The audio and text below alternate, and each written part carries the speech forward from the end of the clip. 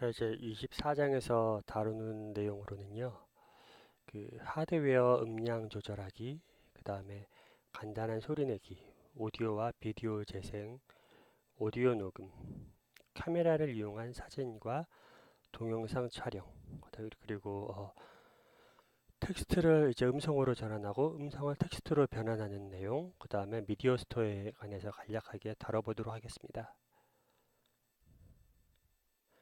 일단 하드웨어 음량 조절은 이제 뭘 말하는 거냐면요. 스마트폰 옆에 보시면은 그 소리 조절하는 버튼이 있습니다. 그런데 이 소리 조절하는 버튼이 그 모든 소리를 다 일괄적으로 적용하는 게 아니고 이제 타입에 따라서 그 조정하실 수가 있는데요. 지금 셋 볼륨 컨트롤 스트림에서 그 스트림 타입을 파라미터로 주게 되는데 이 파라미터 타입에 따라서 조정할 수 있는 그 소리의 종류가 달라지게 됩니다. 다음으로는 이제 간단한 소리 내기인데요. 간단하게 소리를 낼 때는 이제 사운드풀을 사용하고요. 그 다음에 좀 덩치가 큰 경우에는 어떤 메디아 플레이어라는 걸 이제 사용을 하게 됩니다. 사운드풀은 이제 사용법이 간단하고요. 그리고 대략 1MB 이하의 음성 파일을 재생하는데 적합하겠습니다. 사용법은 뭐 사운드풀 객체를 생성하고 그 다음에 음악 리소스를 적재하고 음악 재생을 하게 됩니다. 지금 순서대로 나와 있죠. 사운드풀 객체 생성, 음악 리소스 적재, 음악 재생. 여기서 한 가지 이제 더 기능을 줄 수가 있는데요. 어떤 게 있냐면은 음악 리소스 적재의 경우에 바로 이제 실행되는 게 아니고 어떤 어시ンク하게 리소스가 끝났다라는 거를 갖다 리스너를 통해서 콜백 함수 호출을 받을 수가 있습니다. 그 소스를 이제 잠깐 보시면요. 음,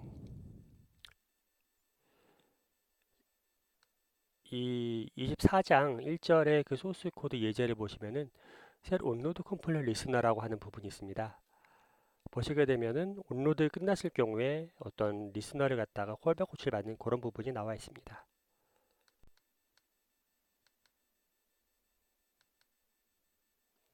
다음으로는 이제 간단한 소리 내기를 이제 살펴볼 건데요. 이거는 그냥 싱크 방식으로 음향 효과를 갖다 낼 수 있습니다. 어떤 파일을 준비하는 것도 아니고요.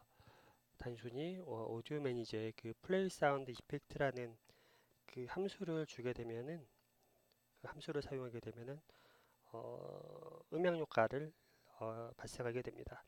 예를 들면은 이펙트 타입으로 뭐 오디오 매니저에 FX 키 클릭이라는 걸 기술하게 되면은 키 클릭 소리가 나게 됩니다. 이 밖에도 여러 개의 소리가 정의되어 있으니까 간단한 음향 효과는 이제 실제로 들어보고 선택해서 사용하시면 되겠습니다. 다음으로 볼 거는 이제 오디오와 비디오 재생인데요. 오디오와 비디오 재생을 위해서는 어떤 메디아 플레이어를 사용하면 됩니다. 아까 전에 제가 그 약 1MB 이하의 오디오 파일은 그 사운드풀을 사용한다라고 했는데요. 용량이 큰 오디오 파일이라든가 비디오 재생은 어떤 메디아 플레이어 클래스를 사용하시면 되겠습니다.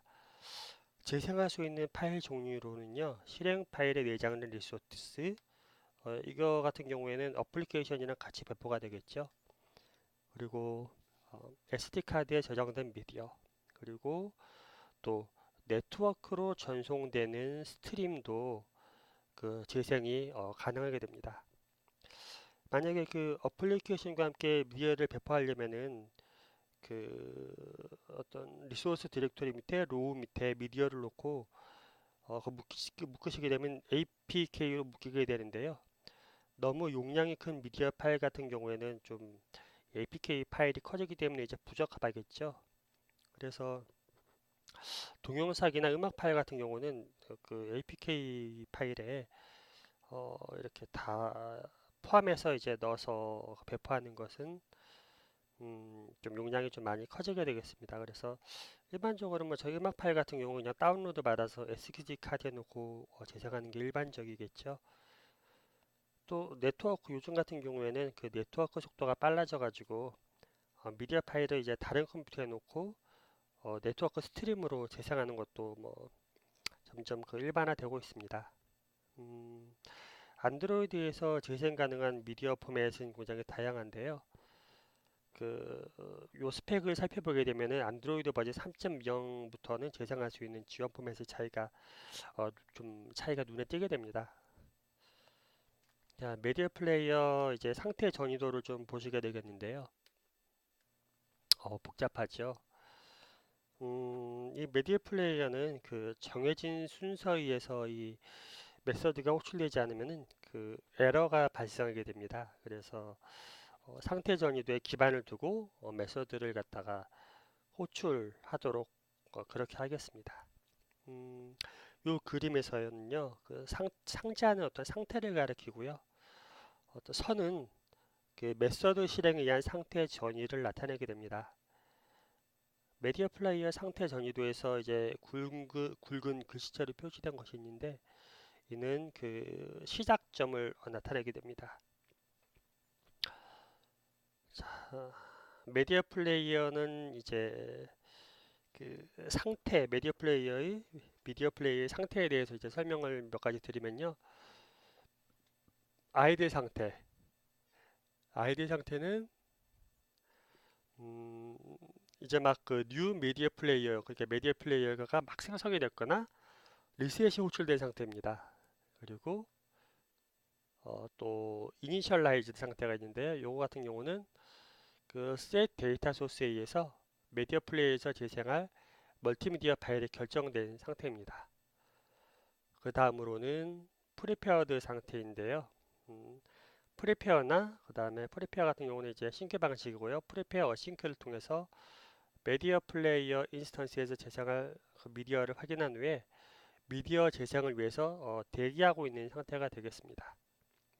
만약에 그 네트워크상의 미디어 스트림이거나 그 대용량 파일 같은 경우에는 이제 프리페어가 이제 시간이 좀 오래 걸리게 될 거니까는 그럴 경우에는 그러니까 파일 용량이 크거나 네트워크상 미디어일 경우에는 프리페어 어싱크를 사용하는 것이 더 바람직하겠습니다. 그 다음으로는 이제 스타티드 상태가 되겠는데요. 스타트가 실행돼 가지고 선택한 미디어가 재생되고 있는 상태를 말하겠습니다. 그 다음으로는 플레이백 컴플리트 상태인데요. 이거는 뭐냐면은 이제 미디어 재생이 다 끝나가지고 미디어 재생이 끝에 도달한 상태를 얘기하게 되겠습니다. 그리고 이제 포즈드 상태인데요. 포즈드 상태는 미디어 재생 중에 포즈가 호출돼서 정지된 상태입니다. 또 스탑드 상태가 있는데요. 이건 뭐냐면은 스탑이 호출돼서 미디어 재생이 이제 정지된 상태인데요. 미디어를 재생하기 위해서는 다시 프리페어나 프리페어 어싱크로 호출해야 됩니다. 좀 전에 그 포즈드 상태랑 좀 다른 거는요. 포즈 상태 같은 경우에는 뭐 다시 그 리줌 개념을 갖다가 다시 사용할 수 있는데요. 스탑 상태는 다시 프리페어나 이 프리페어 어싱크를 다시 호출을 해야 된다는 게 차이가 있겠습니다. 마지막으로 이제 엔드 상태. 엔드 상태는 그 어떤 상태든지 그러니까 언제든지 릴리즈로 호출하게 되면은 엔드 상태로 전이가 되겠습니다. 다음으로는 이제 상태를 살펴봤으니까 이 상태를 변경시킬 수 있는 메서드를 갖다 이제 설명을 드리겠습니다. 실은 이 선에 나와 있는 것들이 다 그 메서드라고 보시면 됩니다. 어, 이제 미디어 플레이어를 갖다가 처음에 이제 생성하는 방법으로는 크게 두 가지가 있는데요. 하나는 이제 뉴를 하는 방법입니다. 미디어 파일이 어플리케이션 내 리소스인 경우에는 굳이 이런 뉴를 쓸 필요가 없이요. 크리에이트를 사용을 해서 간편하게 쓸 수도 있습니다. 여기 보시게 되면은 스태틱 해가지고 크리에이트 있죠. 이거 같은 경우에는 보시게 되면은 어떤 그 리소스를 갖다가 직접 가리키는 것들이 파라미터로 던져지게 됩니다. 그리고 또 재생한 미디어 경로 설정을 할 수가 있고요. 패스로는 파라미터 패스로는 SD 카드의 파일 경로나 HTTP 경로를 가리킬 수 있겠죠. 그리고 재생 준비입니다. 프리페어나 프리페어 싱크. 만약에 이제 덩치가 큰 파일이거나 이제 네트워크상의 파일을 갖다가 만약에 이 프리페어를 하게 되면은 화면이 이제 멈추는 듯한 현상이 발생하게 될 겁니다. 그래서 이런 현상을 피하기 위해서 프리페어 싱크를 통해서 비동기적으로 동작하게 할 수가 있습니다.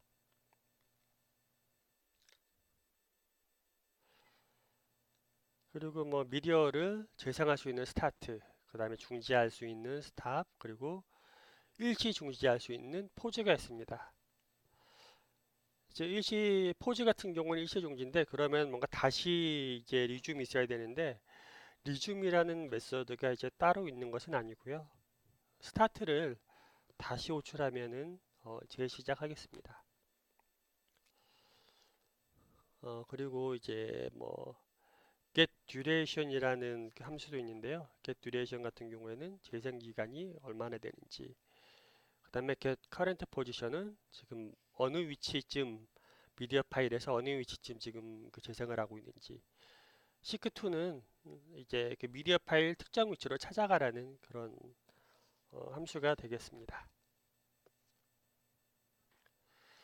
또 보시게 되면은 이제 set display가 있는데요. 이거는 이제 단순히 그 음성 파일 아니고 동영상 파일을 이제 재생할 때 사용되는 그 메서드인데요. 비디오 파일을 저장할 경우에 그 화면에 출력이 돼야 되는데 이때 이 파라미터로 넘겨준 서피스 홀더로 화면이 화면 출력되겠습니다. 셋 볼륨 같은 경우에는 뭐 메서드 이름이 나타내듯이 그 볼륨을 조절하는 거고요. 0부터 1 사이의 값을 주면 되겠습니다. 다음은 오디오 녹음인데요. 이제 오디오 녹음을 보시겠는데요.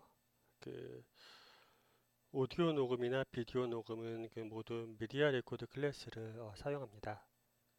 비디오 녹화는 카메라가 이제 중요한 역할을 차지하기 때문에 제 책에서는 지금 이 오디오 녹음에서 다루는 게 아니고 그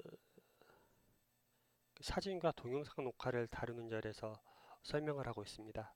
제가 인터넷 지금 이 강의에서는 설명을 이제 드리진 않을 거고요. 그 부분은 책 부분을 좀 살펴보시기 바랍니다. 녹음을 위해서는 그 일련의 메서드를 연속해서 호출해야 하는데요. 여기에는 이제 순서가 존재하게 됩니다. 그리고 그 앞의 그 미디어 플레이의 경우와 마찬가지로 어떤 이러한 그 상태 전이도의 이 상태를 벗어나서 그 메서드로 호출하시게 되면은 그 에러가 발생하게 됩니다. 미디어 레코드 상태 전이도 지금 보시고 계시는 미디어 레코드 상태 전이도의 규칙은 이제 오디오 녹음뿐 아니라 비디오 녹화에서도 역시 준수를 하셔야 되고요. 예를 들면은 리셋을 한 객체는 다시 사용할 수 있지만은 릴리즈를 한 객체는 다시 사용할 수가 없겠습니다. 만약에 이 상태 전이도를 벗어나서 어떤 메서드로 호출하시게 되면은 illegal state exception이 발생하게 됩니다.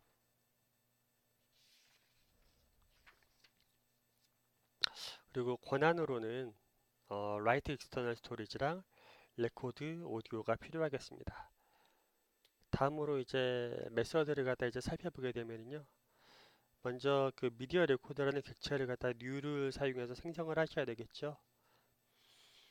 다음으로는 이제 미디어 레코더 객체를 이제 생성을 하셨으니까 그 다음에는 녹음할 오디오의 소스, 그러니까 타겟을 갖다 이제 지정을 하시면 됩니다. set audio source라는 그 타겟을 갖다가 이 메서드를 사용을 해서 주시면 되고요. 그 다음에 녹음 파일 형식 지정을 합니다. set out폼을 사용해서 그리고 보통 그 H236 비디오 인코더나 AMR 오디오 인코더를 사용하는 경우에는 3GP 포맷이 추천이 되겠습니다. 여기에 이제 사용 예는 여기 나와 있는 바와 같이 이제 사용을 하시면 되겠습니다. 그리고 이제 출력 파일을 지정을 할 수 있고요. 또 오디오 인코더를 지정을 할 수 있습니다. 만약에 이 오디오 인코더 지정, set 오디오 인코더란 메서드를 사용을 해서 오디오 인코더 지정을 하지 않으시게 되면은 출력 파일에는 음성 정보가 이제 들어가지 않게 됩니다. 그리고 녹음을 갖다가 이제 준비를 하시게 되겠고요. 그 다음에 스타트를 사용해서 녹음 시작을 합니다. 그리고 스톱을 사용해서 녹음 종료를 하겠고요. 그 다음에 오디오 녹음이 종료됐으면은 이제 자원을 해제해 주셔야 되겠죠. 그래서 릴리즈를 하시면 되겠습니다. 다음으로는 이제 사진과 동영상 촬영에 대해서 알아볼 건데요.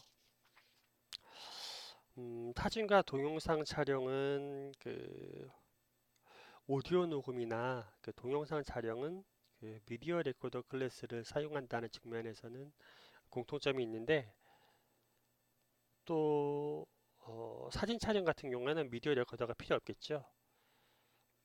카메라를 사용한다는 측면에서 지금 저는 그 사진과 동영상 촬영을 함께 다뤘습니다. 내부적으로 소스 코드를 열어보시게 되면은 미디어 레코더로 사진이나 동영상을 촬영하는 것을 갖다 보실 수 있습니다. 안드로이드 기능을 사용을 해서 동영상이나 그 사진을 촬영하는 데는 이제 두 가지 방법이 있는데요.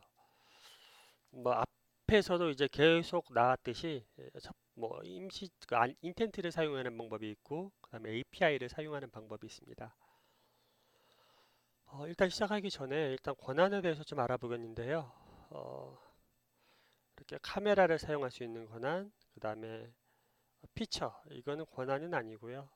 뭐 마켓에 배포할 때 이 앱은 카메라를 사용한다는 그런 신호를 갖다 주겠습니다.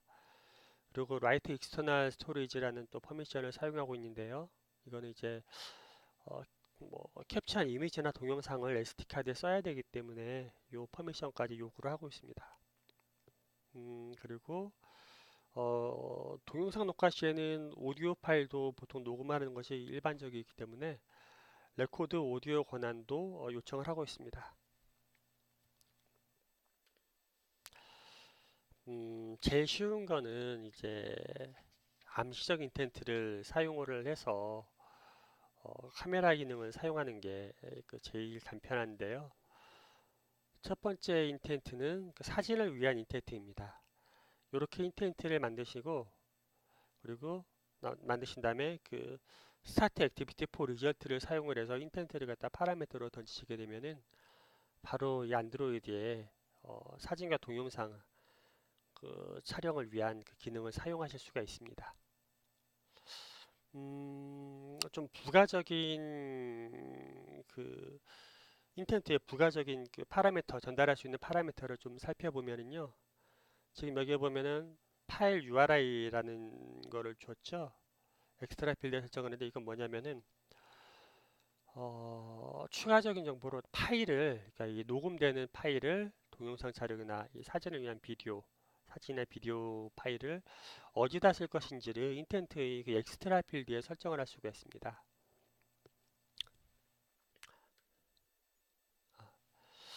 몇 가지 조금 더 말씀드리면요. 추가적인 그 인텐트에 들어갈 수 있는 추가적인 그 익스트라 필드로 몇 가지 더 설명드리면은 퀄러티도 이제 그 익스트라 필드로 설정을 하실 수가 있습니다. 그러니까 저희가 지금 암 인텐트를 만들어서 안드로이드에다 요청을 하게 되는데 필요한 뭔가 부가적인 어떤 명령들을 갖다가 다 인텐트에 담아야 되겠죠. 퀄러티라는 것도 담을 수 있는데 이 퀄러티는 값은 0 혹은 1입니다. 0이면은 낮은 품질로 녹화되고요. 상대적으로 이제 파일 크기가 작아집니다. 1이면은 그 반대로 높은 품질로 녹화되면서 상대적으로 녹화되는 파일의 크기는 좀 커지겠죠.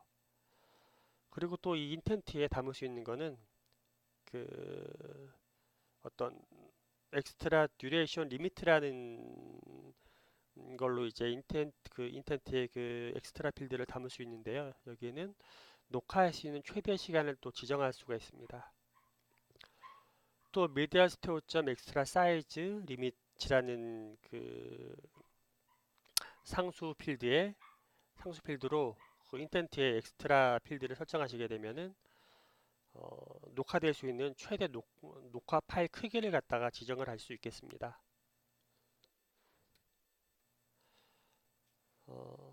제가 또 여기서 이제 책에 나와 있는데 잠깐 설명을 좀 빼먹고 넘어가는 부분은 이제 API로 구현하는 부분은 제가 설명드리지 않겠습니다. 그 부분은 좀 책을 보고 좀 보시기로 하고요. API로 좀 구현하려면은 좀 많이 좀 복잡합니다. 복잡하고 또 이게 단순히 복잡한 거를 넘어서 이 스마트폰의 특성을 좀 많이 타요. 그래서 뭐 삼성폰에서는 되는데 뭐 LG폰에서는 안 된다든가 그리고 뭐 그런 차이점도 좀 있고 그리고 또 이 버전이 올라감에 따라서 또 뭐 좀 처리해줘야 되고 처리하는 것도 조금씩 달라지고 그럽니다. 제일 까다로운 거는 이제 스마트폰마다 이제 좀 버전 올라가는 거야 뭐 맞춰서 저희가 일률적으로 프로그래밍을 하면 되는데 스마트폰마다 이렇게 약간씩 좀 차이가 발생하는 거는 조금 처리하기가 조금 복잡하겠죠. 어, 잠깐만 좀 쉬었다 하겠습니다. 다음으로는 이제 텍스트를 음성으로 변환하는 부분에 대해서 좀 살펴보도록 하겠습니다.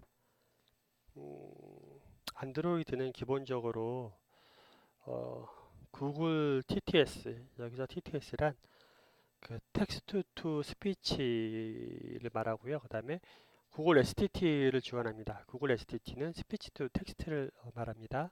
그래서 TTS는 텍스트 투 스피치, 텍스트를 음성으로 변환하는 기능이고요. 그리고 STT는 그 스피치 투 텍스트, 음성을 그 텍스트로 변환하는 기능을 말합니다. 제가 이 책을 쓸 때까지만 하더라도 그 TTS는 그 한글을 지원하지 않았고 그 STT만 그 한글을 지원했습니다. 만약에 이제 본인의 핸드폰에 설치된 TTS랑 그러니까 본인의 핸드폰이 TTS랑 STT를 갖다 지원하고 있는지 확인을 하고 싶으면요. 그 안드로이드 설정에서 스마트폰을 설정해서 언어 및 키보드로 들어가서 확인을 하시면 되겠습니다. 이제 본격적으로 이제 텍스트를 음성으로 변환하는 부분에 대해서 이제 살펴보게 되면은요. 먼저 그 텍스트 투 스피치 객체를 갖다가 생성을 해야 되겠죠. 이때 보시면 아시겠지만 콘텍스트로 파라미터를 주시고 그 다음 리스너를 갖다가 이렇게 두 번째 파라미터로 주실 수 있으십니다. 이 함수를 객체를 생성하게 되면은 그 텍스트 투 스피치 객체를 생성하면은 TTS 엔진이 초기화되고요. 초기화가 완료되면은 그 해당 TTS 엔진의 초기화 여부에 대한 정보를 이 리스너를 통해서 그 알아볼 수가 있게 되겠습니다. 그리고 on init은 그러니까 리스너를 통해서 이제 다시 콜백되는 on init 함수는 이제 어떤 식으로 구현하게 되냐면은 그 on init 안에서는 그 CTS의 초기화 성공 여부를 확인을 하고요. 그리고 이렇게 사용을 원하는 그 랭귀지 언어를 갖다가 설정을 하시면 되겠습니다. 지금 locale.us니까는 뭐 예, 지금 US를 사용을 해서 지금 사용하기를 원하는 언어를 설정을 하고 있습니다. 이제 초기화를 하셨으면은 그 다음에는 이제 본격적으로 이제 텍스트를 갖다 음성으로 변환을 하셔야 되겠죠. 그래서 그럴 경우에는 여기 나와 있듯이 speak라는 메서드를 사용을 하시면 됩니다. 끝으로 애플리케이션 종료 시 진행 중인 음성을 중지하고 TTS 객체를 해제하려면은 스톱 메서드와 셧다운 메서드를 사용하시면 되겠습니다. 다음으로는 그리고 참 다음으로는 음성을 텍스트로 전환하는 부분에 대해서 보시겠는데요.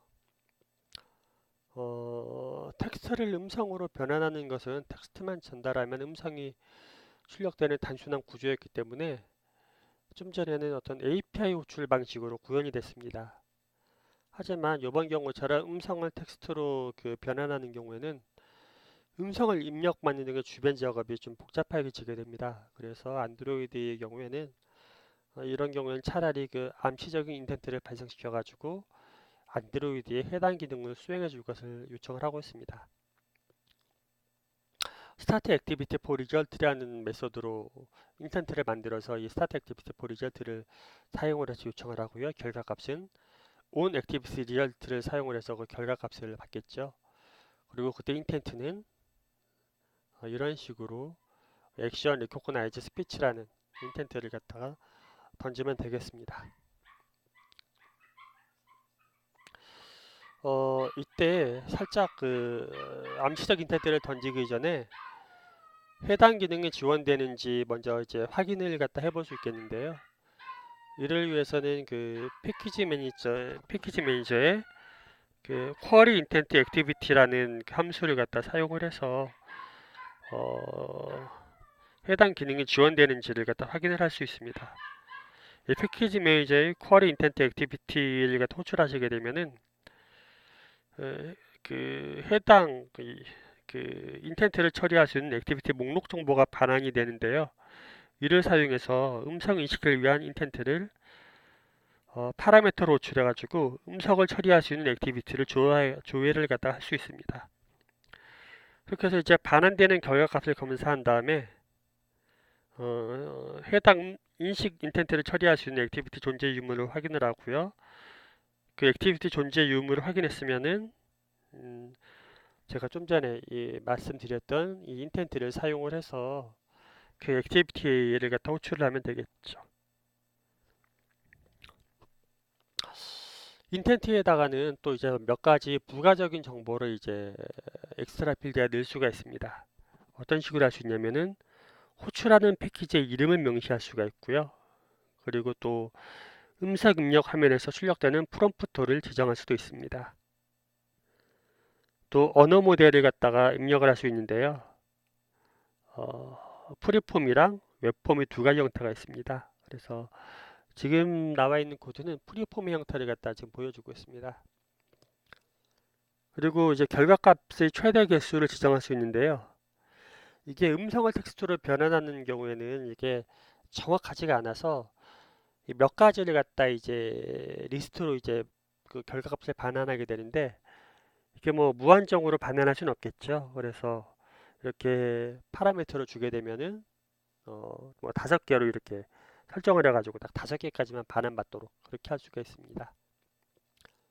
음, 이제 마지막으로 이제 미디어 스토어인데요.